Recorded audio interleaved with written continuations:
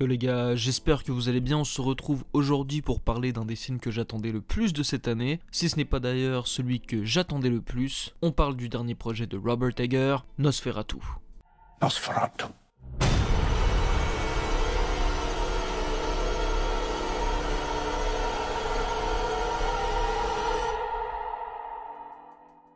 Nosferatu est une fable gothique, l'histoire d'une obsession entre une jeune femme tourmentée et le terrifiant vampire qui s'en était pris, avec toute l'horreur qu'elle va répandre sur son sillage. Donc, Nosferatu, dernier film de Robert Eggers, un de mes réalisateurs préférés des dernières années, comme plusieurs d'entre vous je pense. J'étais rentré dans son délire dès son tout premier long métrage The Witch, sorti en 2015. On avait pu constater à l'époque une mise en scène et un style visuel très marqué, qu'on n'avait pas vraiment vu avant, ça sortait du lot. Ensuite, en 2018, on a eu le droit à l'excellent The Lighthouse, qui était vraiment dans la continuité de The Witch. On constate grâce à ce film un véritable amour pour le vieux cinéma, principalement l'expressionnisme allemand. The Lighthouse déborde de cette influence, donc c'est très stylisé avec une image très sombre et contrastée. J'ai personnellement adoré ce film et c'est sans doute mon préféré de sa filmographie. Je me rappelle m'être pris une claque monumentale en le voyant au cinéma à l'époque. En 2022, ensuite sortait The Northman, qui s'éloignait du côté horrifique des deux films précédents, une sorte d'adaptation viking de Hamlet, que j'ai trouvé très efficace dans plusieurs scènes, c'était très cool à voir, mais j'avais été un petit peu déçu du point de vue storytelling, surtout à partir du troisième quart, je trouvais ça un petit peu long, mais en général, ça avait beaucoup de gueule. Il revient donc cette année avec un remake, enfin c'est pas vraiment un remake, mais plus une réimagination de Nosferatu, un peu plus de 100 ans après l'original, donc premier film en 1922 réalisé par Frédéric Wilhelm Murnau, que j'avais vu quand j'étais en études de cinéma il y a quelques années, mais c'est sûr que c'est pas le genre de film qu'on se remate souvent en mode pizza, soirée Nosferatu 1922, tu vois, c'est pas le genre de délire, c'est quand même un bon gros film muet, donc voilà quoi, c'est pas pour tout le monde, mais ultra révolutionnaire pour l'époque, ça faut le comprendre, mais c'est sûr qu'avec les standards d'aujourd'hui, le film a pris un bon coup de vieux. Il y a Werner Herzog aussi qui avait sorti sa propre version en 1979, que j'ai vu il y a peut-être 10-12 ans, donc on avait quelque chose de relativement différent dans la manière dont il traitait le vampire, il y avait un aspect très fantomatique dans ce projet, ce qui s'éloignait de ce qu'on avait pu voir dans l'original. Donc arrêtons de tourner autour du pot, j'ai pensé quoi de ce nouveau Nosferatu?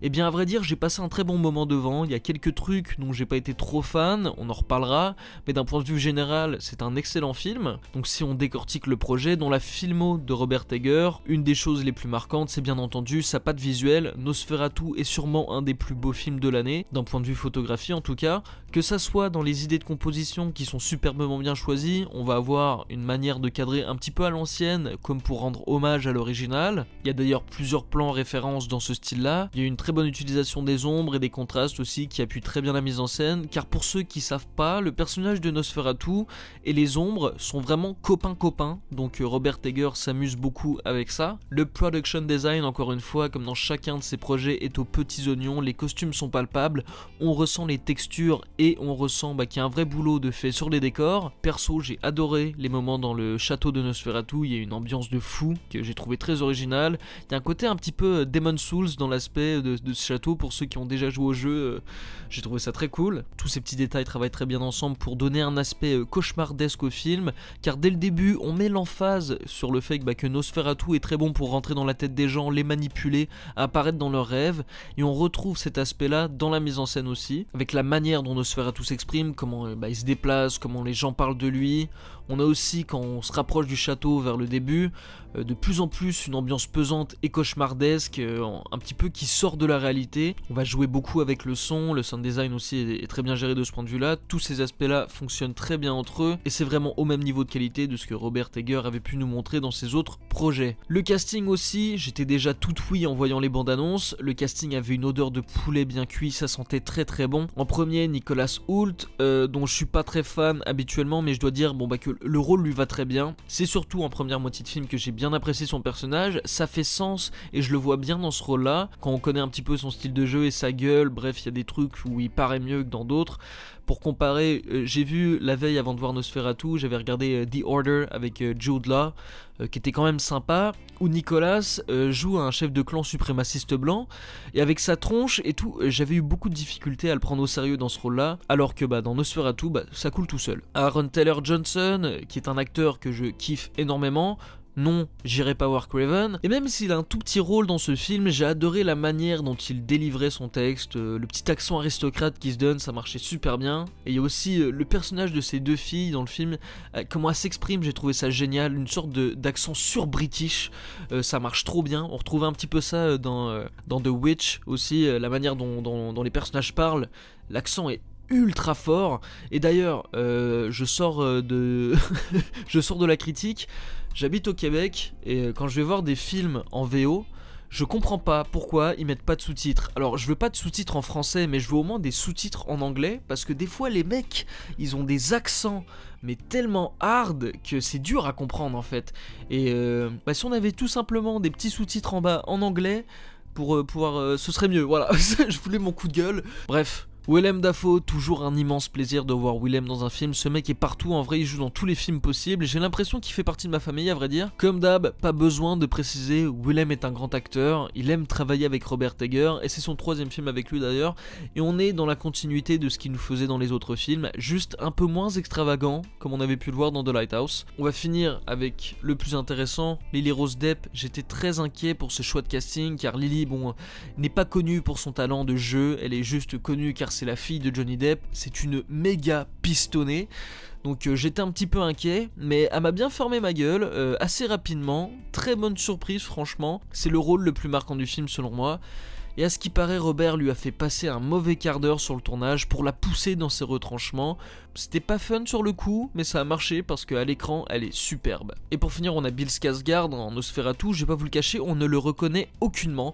J'avais complètement oublié qu'il jouait dans le film, sérieux, ça marche très bien, bonne presta physique, mais c'est pas de ce point de vue là qui marque le plus le personnage à mon sens, c'est vraiment la voix, et je sais pas si c'est lui qui a doublé, mais la voix de Nosferatu dans le film elle est géniale, elle prend de la place, elle est profonde, inquiétante.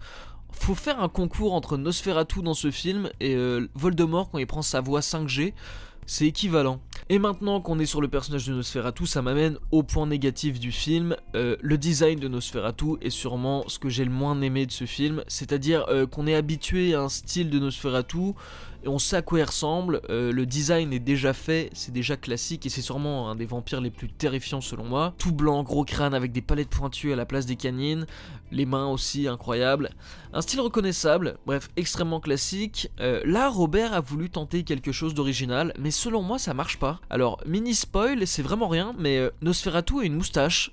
Pourquoi ils ont mis une moustache à Nosferatu? Quand on le voit la première fois, je pensais même pas que c'était lui, tellement ça marchait pas. Je pensais que c'était genre un majordome ou je sais pas trop. C'est-à-dire qu'en fait, il ressemble énormément à Rasputin. Vous enlevez la barbe de Rasputin et vous gardez juste la moustache, c'est Nosferatu 2024. Voilà, ça marche pas du tout selon moi. En plus, il a un style physique, son corps, c'est un petit peu un style de zombie aussi, donc j'ai vraiment pas été fan de ce design. Très déçu, je comprends que c'est parce que il est mort et bref...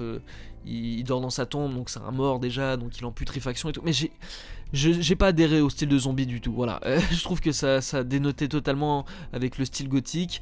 J'aurais préféré qu'on reste un petit peu conservateur dans ce style-là, voilà, qu'on garde à peu près le même style que ce que l'original avait pu faire. Même Werner Herzog avait gardé un petit peu le même style, en tout cas dans le faciès.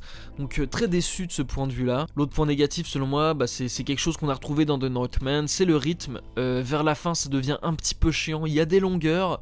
Il y a 2-3 scènes qui auraient pu être skippées selon moi. Un bon 1h45 aurait été plus efficace à mon avis qu'un 2h10. Et il y a aussi le fait qu'on sent que Robert a beaucoup de trucs à dire, il veut mettre beaucoup de choses dans son film, il est passionné, ça se ressent. Et ça part un peu dans tous les sens à certains moments, mais ça développe jamais jusqu'au bout. Donc il y a un petit peu un goût amer à la fin, on n'a pas toutes les réponses qu'on aurait aimé avoir. Mais hormis ça, Nosferatu est un super film d'horreur gothique, tout est dans l'ambiance selon moi, c'est très bien maîtrisé de ce point de vue là. Si vous vous attendez à être terrifié en allant le voir, sachez que c'est pas le cas et c'est pas son but non plus. Même The Witch, qui est un film d'horreur, son but est pas de terrifier mais plus d'instaurer une ambiance d'inconfortabilité, et Robert ça il nous l'a prouvé, il est très fort là-dedans. Du coup je vous conseille d'aller voir Nosferatu 2024 si vous êtes fan des autres films de Robert Egger, de sa patte visuelle et de son style. Je pense que vous allez aimer le projet, donc donnez-lui sa chance. Sur ce, suivez-moi sur Letterboxd, ce serait franchement super sympa de votre part. N'hésitez pas non plus à vous abonner à la chaîne, laisser un petit like, ça fait toujours plaisir. Dites-moi ce que vous avez pensé de ce film en commentaire. Et si t'as kiffé cette vidéo frérot, eh bien peut-être que tu vas kiffer une de ces deux là aussi, donc va jeter un coup d'œil. Sur ce, les gars, moi je vous dis à la prochaine. Bye.